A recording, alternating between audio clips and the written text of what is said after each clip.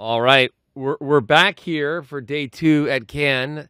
The podcast is called Screaming Creativity. My guest today, probably, I would say the most famous CMO, infamous, famous. Which word should we use? But I think famous and famously effective. It's Fernando Machado. The man needs no more introduction than just the name Fernando Machado. Fernando, I gotta say, I feel like you are now the mayor of Cannes somehow. I feel like you become the mayor of Cannes. How are you doing? It's Tuesday. You've already been on stage, which is a familiar place for you. I've been here since last week. I was judging on Saturday and Sunday. Oh, what were you judging? I was judging gaming. Gaming? Yeah. Oh, okay. It was fun. Listen, gaming, new category at Cannes. What's it like? What was gaming like? It was great. Yeah. I think it's great to see Cannes recognizing the strength and the power that gaming has and being its own subcategory within entertainment. Yeah. We had a really great jury. There were some really strong materials, and it's always just like a pleasure and an honor to be part of that. I agree. You know, like we've both been judges, and We judged together, right? What did we judge? We judged Titanium together, no? Yeah. Yeah. You know, titanium is a tricky word, you know, and it's a tricky category. I think every year people try to reinvent it, and I'm like, no, it's the same definition. Just we have to evolve in how we bring ideas to the world. That's the category doesn't need to evolve like what we do needs to evolve. From when we probably started, we're probably similar age. You have now, I think, 10 children at this point. It's less than like that. one We're on the way. one a month. I think we have 4 and 1 more coming. I know. Every Facebook post is like, "We're pregnant." I'm like, "Wait." I promise you, this is the last one. Well, how's Annika? How's your? She's doing great. I mean, she's probably like cursing me every day because I'm here and she's there with the kids. She didn't come this year. She loves coming here. Being pregnant and coming here probably. No, not the best not idea. Fun. It doesn't end well. Yeah, no, it's interesting. How do you balance, being, I think the bravest CMO in the world and also probably one of the best fathers. Like, how do you do it? I mean, you've got young kids. These aren't like spread out. I mean, how many your kids are? I wouldn't say I'm the best father.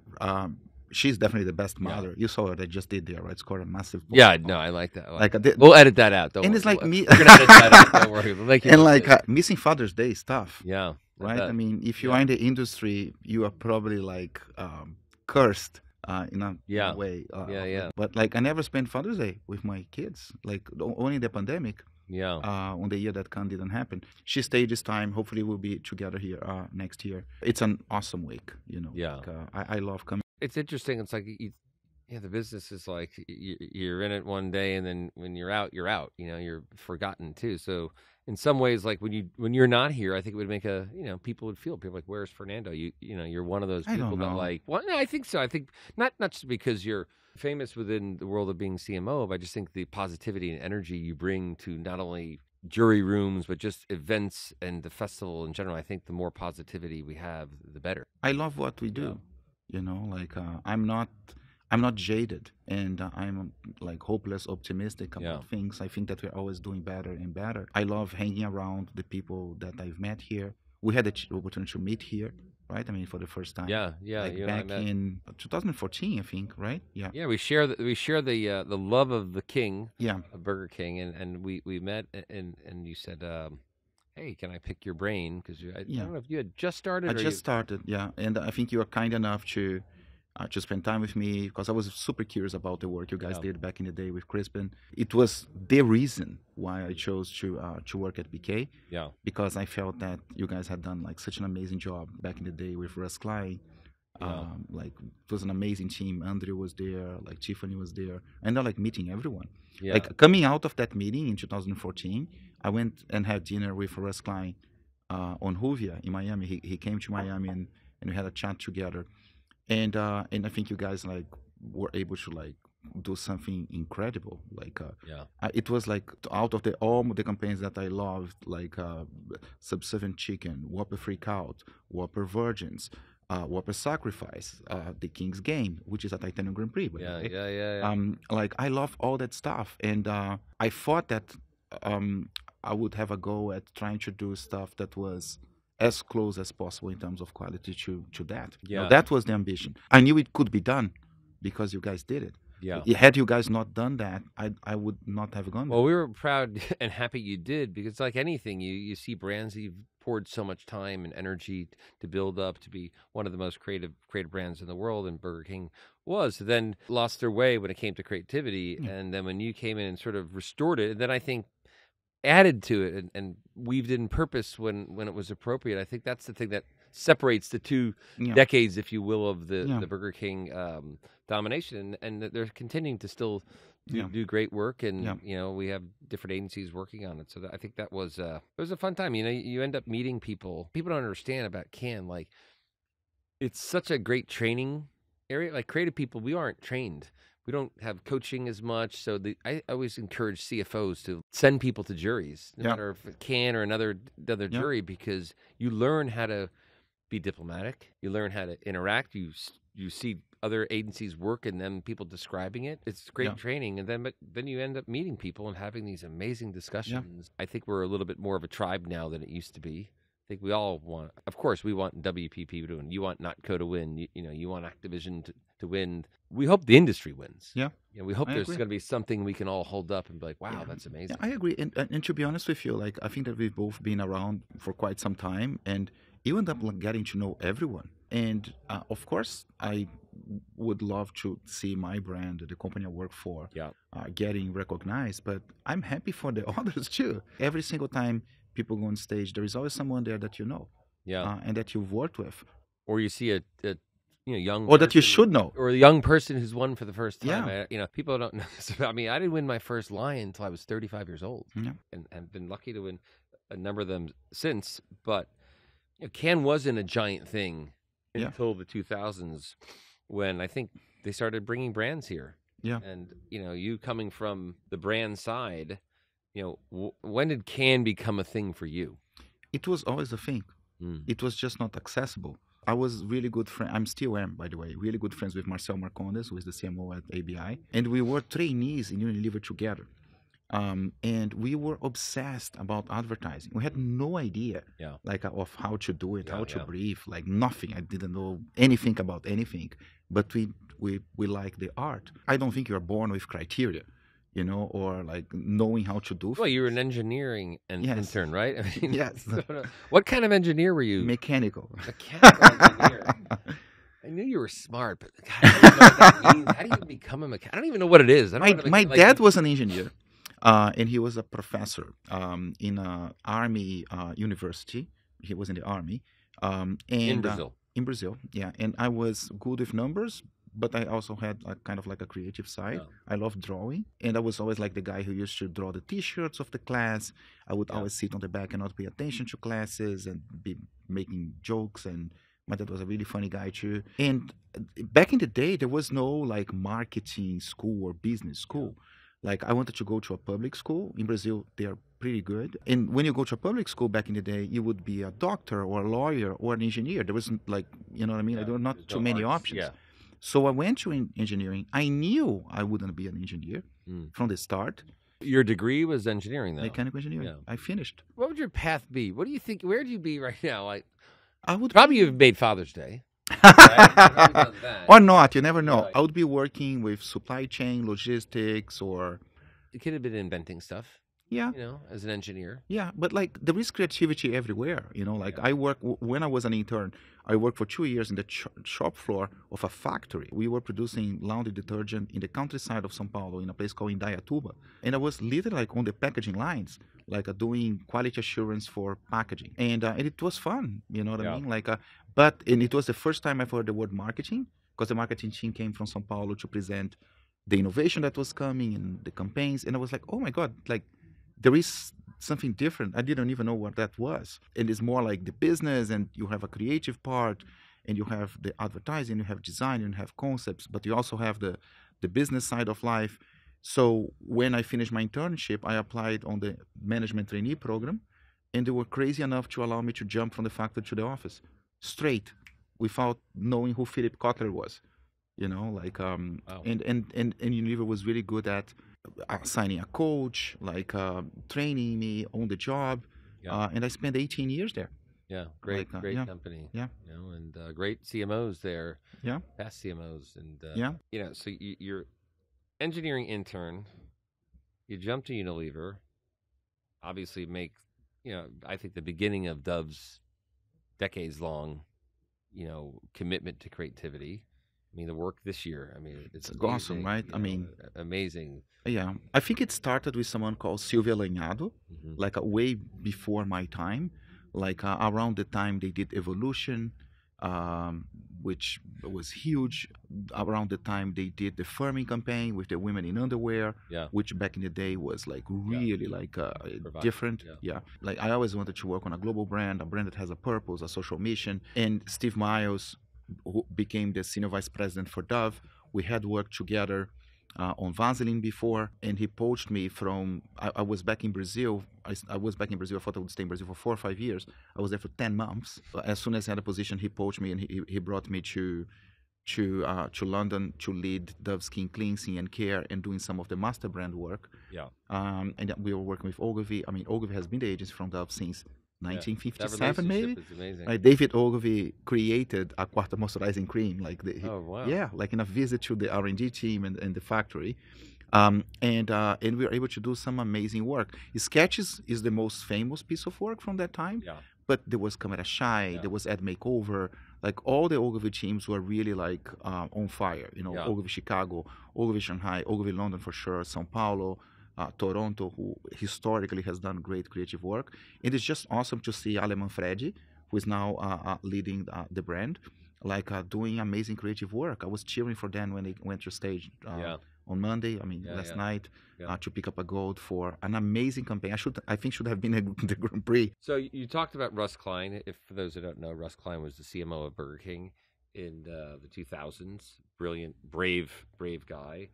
And you've mentioned the CMO from AB InBev, who, I mean, I love your thoughts on how he's feeling, what he's going through. I mean, fair or unfair, world, unfortunately, the world we're living in. If you were in that position, what do you do? It's a tricky one. You know what I mean? Like, and I don't know if I have the answer to that. I think it's very easy to criticize from the outside. It's a really tricky one. And I think that I hear, I mean, I'm friends with Marcel, and I'm friends with lots of other people at ABI. And I hear many things like that I don't think are true. Also, like, oh, they just did a stunt for the first time. They should not have done that. No, the ABI has been doing LGBTQ things for more than 10 years.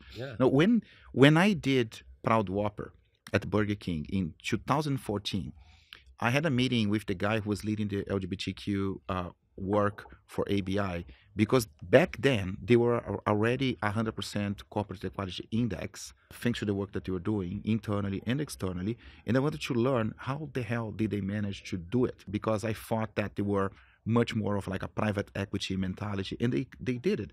And if you Google it, like, you are going to see that what they did this year was definitely not the first thing that they've done. There is like a lot of stuff that they have done on that front. I think that what happened was very unfortunate. For like many reasons. Like, I think it's not something that one can predict. I think it's not something that's going to happen again. I like to think about the situation the other way around. Like, can we imagine any case study where someone did, let's say, one sandwich, and sent to one influencer, and sales increased in 20%? It doesn't happen. You'd be here getting a Grand Prix. No, but it doesn't happen. It's impossible. But it happened the other way around, right? And I think that they were in a difficult position, because I think that they became like, I don't know how to say that, like the poster child for a much bigger debate that has nothing to do, I think, in my view, with AB InBev. State of the world we're living in. And I think it's made some brands and clients gun shy on doing things that are not sure. So look what happened to. So I hope that's my biggest fear. I think it's happening. I think that every time someone says, "Oh, but look at what happened with those guys," it's just dumb. You know what I mean? You know why? Because it's just a lazy comment to throw out there. Like, okay, there was one thing that I never seen on my whole career. I've been working marketing for more than 25 years. I cannot think of any case that's like that, for the good or for the bad. It happened once because we are in a world that's very divided, and because of reasons that I myself, I cannot explain, they were picked to be like the poster child of like people who may have bigger problems You know what I mean? We've seen that happen kinds of Yeah. situations. I just hope people don't hide behind Yeah. that, and don't stop Being brave. doing the right work because but look at what happened to them. Okay, give me another example. Yeah. You know what I mean? Like, The only one so far. yeah, I don't see the same people saying like, oh, but look at what happened to those other guys who did something brave and it worked. It's very easy to hide. Well, hopefully, they'll get through it. Yeah, they will. He's amazing. There are some really, really strong people there. And I think they have a track record of doing great creative work. Yeah. And I hope and doubt that what would happen will make them question that creativity is the way. You went from Burger King to Activision. We could talk about that for a minute. And then now you're at NotCo, and that's the thing I'm most interested in. Not because we're working together, and we just looked at work from AKQA Bloom, which is I think you predicted it's a Grand Prix. Well, let's see. You never know. We'll see, I would bet on that one. You said you actually said we should bet, and I was like, no, I don't want to bet because I'm with you. I think going from Burger King to Activision to NotCo. I mean, these are about as different experiences. Look, I'm always like, which is something that my dad used to tell me, like, I always try to put myself in a position that I'm learning something. Curiosity. Yeah, like, and I spent 18 years in Unilever. It never felt like 18 years because I was moving countries, moving brands, moving product categories. It got to a point where I felt I didn't have to do something different, mainly because, like, I was doing my dream job there. So the opportunities were coming, and I would rather stay on Dove. And then I thought, well, maybe I should look outside. And then back in the day, this is 2013, 2014, I thought, should I go to digital or should I do a brand turnaround? And then I called Burger King. They never called me. And then I went to Burger King. Now, did they have a CMO at the time? No, they did not. Because they hadn't filled it, or they just decided they didn't need it? You convinced them that they needed it? Kind of, yeah. So they flew me to Miami. I went there, and I explained, like, they did have a CMO, but it was just starting. Right. 3G had acquired Burger King. There was a first CMO, but it was basically like during the transition. Yeah. Then there was another CMO who was my boss, Axel Schwan, who today is the president for Tim Hortons. Great guy, lots of experience in the restaurant industry, which I had zero. So he was very patient with me, like while I was like learning from him. And then Axel moved. And then I became the CMO for BK. But it was really like building the team ground up. Because Axel and I started at the same time. And it was very complementary, right? I mean, because I had a lot of CPG experience. He had some CPG too, but he had a lot of restaurant experience. And I think that our approaches and the way we see marketing were very complementary. So I was able to learn a lot from him. Hopefully, I was able to also influence a little bit the way he thought. He was very brave because he backed up like the stuff. We did it together, right? I mean, so I was there for like 7.5 years, which is pretty decent. It evolved to be Burger King, Popeyes, and Tim Hortons through the acquisitions. Amazing work with Popeyes. Yeah, which was super fun. And then, brand that I love, I worked on in my career. Yeah, like you told me that. Yeah, I love Popeyes. It's great products, great brand, a brand that has a very strong heritage in Louisiana. It's really cool. And then after 7.5 years there, Activision was already talking to me for quite some time. And I wanted to do that pure digital experience. You know what I mean? Like I did a lot of digital transformation on Burger King, on RBI. I did a lot of digital social media with Dove, but I never worked on a brand that was born digital, digitally native. And it's very different, even in the amount of data you have. When I was in CPG, I would like know how much I was selling to Walmart, and I would get the sales to consumers 2 months later through Nielsen. When I was on QSR or fast food, I knew how much we were saying daily, per hour, right? I mean, because we have the checkout. I didn't know who we were selling to. And then on Activision, I knew everything. So I learned a lot. I was there for 2 years. I love gaming.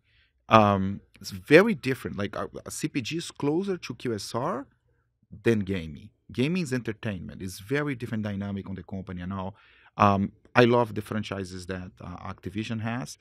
I was not necessarily looking to leave, but then Matthias, who is the founder of NotCo, who is someone that I always admired, that I knew from before, because I saw the work they were doing, called me, and then we started to talk, and And I thought it was a unique opportunity that I couldn't pass. Pre-IPO, a brand that has a purpose, working with AI, and not because it's hot, because they were working with AI for 7 years, with like the joint venture with Kraft Heinz, with lots of partnerships with QSR, and a founder who gets it. Yeah. And is Well, brave. explain to the audience what is NotCo, because not everybody knows. So NotCo started in Chile.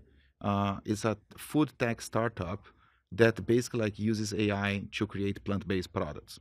Like so far, most of the products they try to mimic the animal target. We can do more than just that. Yeah, of course. You know what I mean? Like, and I think that's what excites me the most. You know, like what's coming. The products that we have are great, but what's coming is like mind blowing. So I'm super excited about that. We have an office in New York. We have our AI and R&D office in San Francisco. We have a very strong position in Chile. We have a strong position in Argentina, Brazil, Mexico, Colombia, and now growing also in the U.S. Yeah, it's a sticky name too. You know, naming is people don't. But that's the thing. Like great name. When I heard for the first time the Not Company, which is the full name, it reminded me of the Black Sheep. It reminded me of the classic 1982 Levi's ad that BBH and the logo and the black sheep name that BBH carries as a nickname, because it's like I was like, what? Like the products are called like not milk, not burger. Like on all marketing that I've learned, you need to talk about the benefit and not about what you're not. But that's the benefit. I know, but it felt brave from the name. Yeah. And then as I digged in and got to know the people, I was like, well, I think we'll have fun here. And I think we can build something really special. So I've always wanted to ask you this question, because you're not only a brilliant marketer from the CMO side, you know, you've come up with lots of ideas yourself too.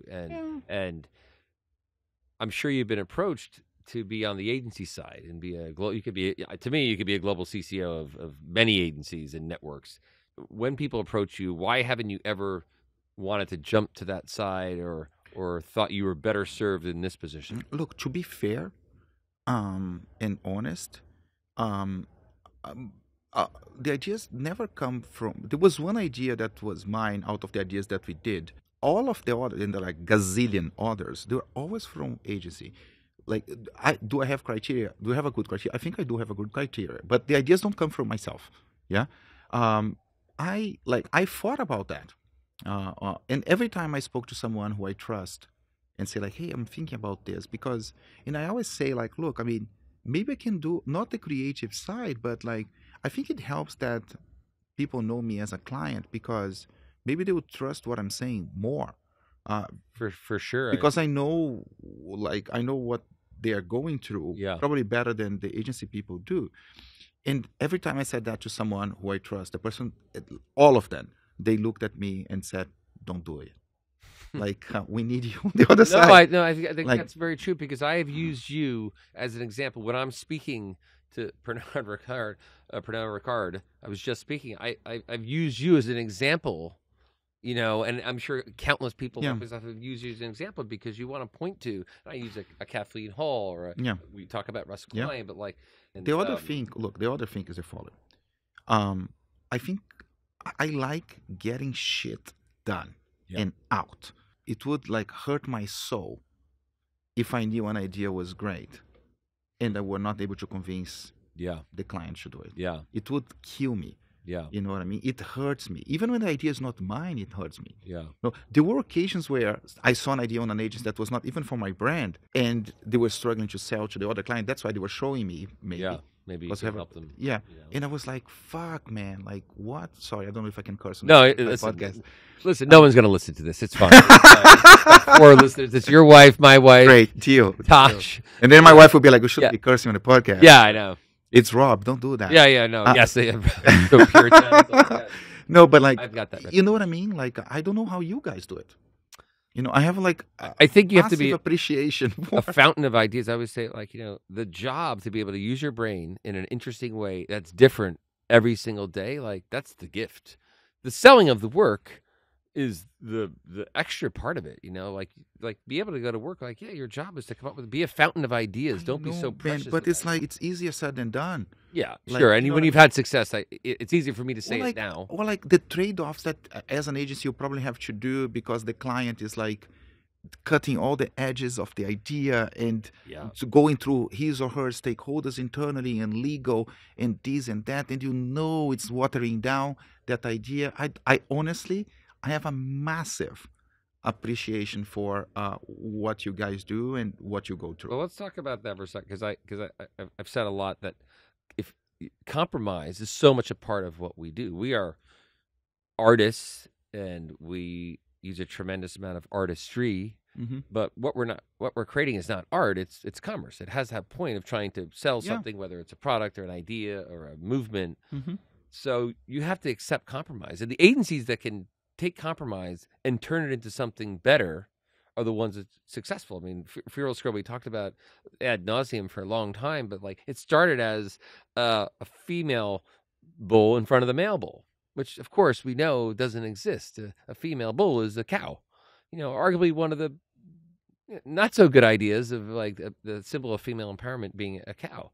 Well, the team went back and we worked it and came out with a little girl with the hands. And you look at it now, it's like, how could it not be that? Yeah. But that comes out of compromise. So I do think... You think that's compromise? Well, you have to compromise in saying, the purity of the idea. That if you talk to the team who, Lizzie and Tally, they're like, oh, we think it was still better as the cow. No, it wasn't. No, I know, but I'm saying... The purist is the girl. We could have said, forget it. If you're not doing it this way, we don't want to do it. Well, I was like, no, the idea is the standoff. Oh, but that's different. I don't agree. Okay. I like that. I like you don't agree. Counterpoint. I would tell you something. Like Cash 3, who you probably know, he won the Grand Prix with NITAG a long time ago, and had the opportunity to work with him when he was at BBH New York. Yeah. He used to say that when a lion is born, it's a baby lion. It's very easy to kill. You have to nurture, and then it will grow and it will become something that's much bigger. When the bull and cow idea was presented, it was still a baby lion. When Gabriel Schmidt presented Wop at the Tour, it was a completely different idea. When Anselmo presented Sketches, it was not an FBI-trained sketch artist. Yeah. It was something completely different, and we fed that baby lion. So it was not about compromise. It was about feeding the lion. Like something felt wrong. You're not compromising. When I mean compromise, the recognizing that there could be another way to do it, and it can evolve and get better, right? Maybe you're compromising your beliefs. Maybe. But for instance, it's a language barrier. I get it. You know the film from Dove that won last night. Which one? The gold with the showing the little girl growing. Yes, of course. No, it's amazing. I don't know the story of that film. I don't know the backstory, the behind the scenes, how it went. But I bet whatever you want that there were scenes of that film that people might have been so uncomfortable that they wanted to cut. Like the IV, how do you call it? Yeah. Right? I bet with you that there were people somewhere, but I just know I was there for 18 years. Yeah. And there was no compromise. You know what I mean? And it made the film better. I think there is a difference between compromising to get something approved versus, hey, let's continue to think because maybe there is a better way to do this. When Wop at the Tour was presented, it was by Gabriel. You said Gabriel by FCB, New York. The idea was, there are double the restaurants of McDonald's than Burger King in the U.S. So most likely you have to drive longer to go to a Burger King than to go to McDonald's. So let's calculate the delta of those miles and award you with a coupon. That was how it was presented. And when I saw, I was like, man, there is something there. I don't think that's it. But it was not because I was afraid of doing the idea. It was because I was like, there is a gold in there. Yeah. And then Gabriel and the team, they took 3 months to come up with what the tour was. And they came and said, it's much better now. You know what I mean? Sometimes you put your finger and your criteria tells you there is something here. Might not be exactly what we are seeing here. It's a baby lion. Let's feed that beast. Well, you need people who keep things alive too. Eric Silver, who was the CCO of McCann North America at the time, wouldn't let Fearless, the idea die of the stand-up for the Fearless Bowl. So you need And that's people required. not. I think that there were occasions where I was so annoying, Mm. like internally, with staff, because it's very easy. Yeah. It's very easy to let go, and maybe even bite you back, because people may feel like, "Oh, you're too stubborn," like you are not thinking about the right things. There are other priorities, because there's always someone who can paint a different priority. And the tour took a year to be done. Yeah. Well, we're happy to have Gabriel Schmidt now as our Gray Global CCO. he's awesome. He joined a few weeks ago, and listen, talent is such a huge thing. Like, so even on your team, how do you look for talent? How do you attract people? I mean, I'm sure people are attracted who want to do famous work. Like two different things. Like when I'm interviewing, at least for marketing, of course that depends on the specifics of the position. But like, I want to have people who are curious, who may think differently than I do. Yeah. And I'm brave to voice that, you know what I mean? Like, and that can get shit done. Yeah. You know what I mean? Like, not just like PowerPointing through the organization, who are not afraid of rolling the sleeves and whatever it takes in terms of work. I don't think any job is small. You know what I mean? Like, if I have to break rocks to make something happen, I'll happily get my hammer and break some rocks. I'm trying to see when I'm interviewing, like, is this person curious? Is this person humble in a way that he or she will keep learning? Yeah. Does this person has examples of things that were really hard to do and didn't give up and got it done? Because if it were easy, everyone would do it. Yeah. You know what I mean? Like, so, and in terms of attracting, I try to be approachable. I try to talk to everyone who reaches out. I visit schools, I interview, I help the company with like how to pitch for students. I make sure that the brand is part of like the student competitions. Like we are part of the one club. Like NotCo will have a brief on the young ones. Yeah. Even though we are a startup, don't have budget, brief on the young ones. You know what I mean? So that if you look diverse voices and different backgrounds, I mean, obviously the industry needs to get more interesting, more diverse, have different voices from different fields, different backgrounds, leads to the most disruptive work. I mean, it's something that we got to continue to do. I think it makes the work more interesting. I agree. Do it for that, but like, it is an issue. I don't think we've cracked it. I don't think we have enough different voices in our industry. Yeah, I agree. And look, I mean, great ideas are different. Different ideas more likely will come from a different point of view. Yeah. So in theory, and I believe on that, the more diverse the team is, most likely the more great ideas you will have. And it's not going to come easy, and it's not going to come by doing nothing. Yeah. Because we all have unconscious bias.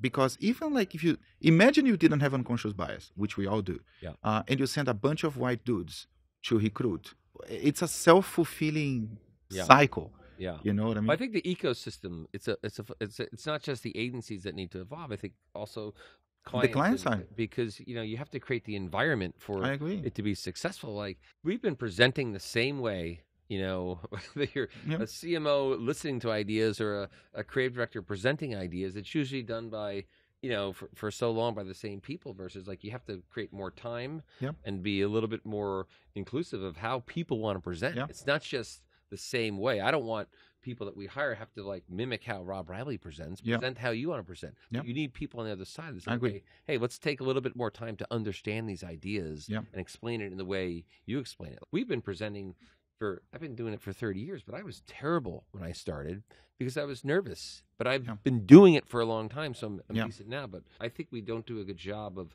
letting people learn how to become salespeople in their own way, not in the way that maybe we were expected. So it's true. I think that's part of it. Yeah. This is we like to do the lightning round of questions. Fun. This is going to be for your wife. Books or movies? Movies. What's your favorite movie? God. Favorite comedy, favorite drama? Like sometimes I feel that we take ourselves too seriously. I miss some of the Jerry Graff. I miss the Eric Silver, Jerry Graff. You know what I mean? Like those David Kulbuz is. Yeah, I miss holding on to that, and I think Mischief is bringing. But when you ask me like what is your favorite funny ad, like I have to think, and my examples are from maybe like 5 years ago, 10 years ago. Mine is the Bear, BETC, the Bear. Yeah. Give a shit. Yeah. But like there's so many, like, but they are not necessarily like new. Anyway, like I love movies. Like we watch a bazillion movies. Favorite comedy? Favorite comedy. I like silly stuff, man. Like I like Wayne's World, and I like Dumb and Dumber. Yeah, yeah. You know, Amazing. like my dad used to love Jerry Lewis. Like, Oh, so I yeah. watched a lot of that when I was a kid. Oh, yeah. And all those silly, like Airplane, you know what I mean? Like that So stuff. dumb. So dumb, but Yeah, so good. like, You could get it's away just with like half of the jokes, though. I know, Yeah. but like, but Dumb and Dumber, like it's you know, Still like, holds up. yeah, It's and still- like, and it's just like silly, and you just have a good laugh, and you don't have to overthink, you know. Talking or texting? Texting. Really? Yeah, I think so. I asked Manolo that question. He says, I text everybody and talk to my wife, which I thought was a pretty That's good... a better answer. Yeah. Like, you know, he record that. No, Yeah, yeah, yeah. Like, We'll cut him out. he's asshole. Yeah. Making all of us look bad. Night owl or morning person? I go to bed at like midnight, 1 a.m. and I'm up like 6:37. But I think I'm more like morning than the night. So last song you listened to? God, like it's shameful, but like Taylor Swift? Taylor Swift? no, or... not Taylor Swift. Like there are many things. It's funny because like Manolo's an EDM fan. Electronic music. I would never Manolo- guess I that. never guessed it either. I love Brazil. I miss my soccer team. I miss my friends, and I use a lot of music to reconnect. I got really into this singer Marília Mendonça. It's a Brazilian, and then I went to Brazil and I went to a barbecue in a friend's house, and then my favorite song from her played, and was like, "Oh man, I love this singer." And they're like, "You know what happened to her, right?" And like, "No, but she passed. She Oh. passed 2 years ago." I discovered her on Spotify, After by the she way, passed away. after she passed, and it was so sad. It was really weird because like for then it was no one was sad anymore. Everyone was sad Yeah, 2 years ago. I was the only person sad That because you're yeah. a late discoverer. yes, and through Spotify, and I know it's like a brand plug here, but No, it's true. Listen, Spotify has Yeah. been amazing, and thank you to Spotify and the WPP team. Okay, hidden secret talent.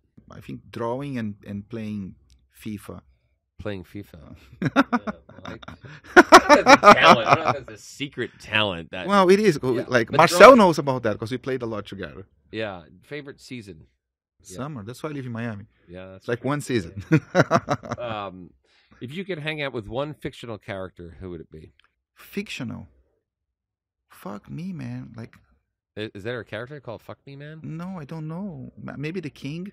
Yeah, the bird can ask. But he's kind of real, so I mean, it's Yeah, not, more or less. Yeah, Like, that's they try to handle. hide him sometimes, as you know. Yeah, no. There's a whole different. If you're interested in the Burger King story, there's a documentary that Fernando and I worked on together last year. It's pretty. What was it called? King's. The King's Mask. King. No. Anyway, that's how good it is. We can't remember the Yeah. title of it. Probably because I named it. And yeah. That's why I don't remember. If you had named it, we would still remember it. So 3 items on your bucket list. I would love to live in Sydney for some time. You know, my wife is Australian. Cut to now every Sydney company calling. No. When you're done with NotCo, come. No, like I love that place. We were there for like 2-3 months. Like, Because your wife's between November- Australian. Yes. Okay, that's one. I would love for the kids to have the experience of like living in Brazil and experiencing the culture. I love Brazil. I love it. And this will sound so wrong what I will say next, but I think that in the US it's easier life, and maybe people don't appreciate Yeah. as much. Third, Um, these are tough questions. I would love to be CMO of my soccer team, Who's your soccer team? Flamengo from Rio. Yeah, of course. Again, Flamengo's out there. They and- know. They know. For sure. 2 or 3 quick ones. Go-to karaoke song. I'm terrible. No, we know, but if you had to, I have a for sure. strategy though. Like I always pick some Bon Jovi song because Yeah, everyone sings, That's Wanted Dead or Alive. and you That's don't fine. have like That's I fine. just like lip sync and everyone is singing and no one noticed that I'm not singing. Yeah. If you had one app that you could put on your phone, and for the rest of your life, only one, what would it be? Probably WhatsApp. WhatsApp. And I connect with my friends through WhatsApp. I have Yeah. groups of friends in Bahia, which is northeast of Brazil, groups of friends from. I think it's fast yeah. becoming what I make the phone calls on WhatsApp. Yeah. Okay, last question. One piece of advice for your teenage self. Which I would probably not follow. Yeah. I would say like be more patient. The things will turn out okay, and it will happen. It's not a sprint. You don't need to get so upset because someone got promoted 6 months before you did, or because like you were not able to do that project and you were moved to something else. I used to get very frustrated with things that on the long run, they are irrelevant. Yeah. Patience, but hard to convince yourself to. Maybe the word is not even patient. It's just like chill. You know what I mean? Like, don't get so frustrated or so upset, or it's irrelevant. You know? Sure, but maybe that's the reason you're in this position. I think I could have been an even better leader. It's not that I was angry or like screaming at, no. It's just like, if I didn't suffer because of irrelevant short-term things that on the long run, they don't really matter. Well, you matter, and I appreciate you doing this, man. You're a good friend. Thank you. Screaming Creativity is produced by WPP and Hogarth and edited by Rob C. Ward at BCW.